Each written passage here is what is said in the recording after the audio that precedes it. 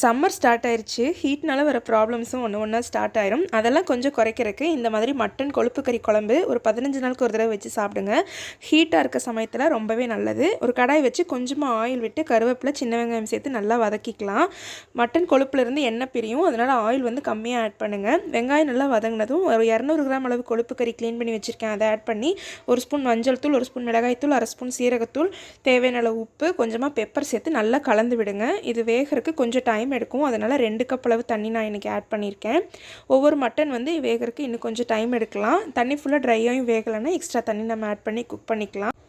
ஒரு 20 மினிட்ஸில் பார்த்தீங்க அப்படின்னா ஆட் பண்ண கொழுப்பு கறி ஃபுல்லாக நல்லாவே குக்காகி வந்துருச்சு. கையில் எடுத்து பார்த்தீங்க அப்படின்னா பிச்சா நல்லா பிஞ்சு வரணும், நல்லா சாஃப்டாக இருக்கணும்.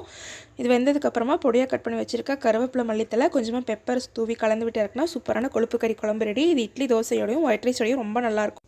நீங்களும் ஒரு நாள் கண்டிப்பாக ட்ரை பண்ணி பாருங்கள்.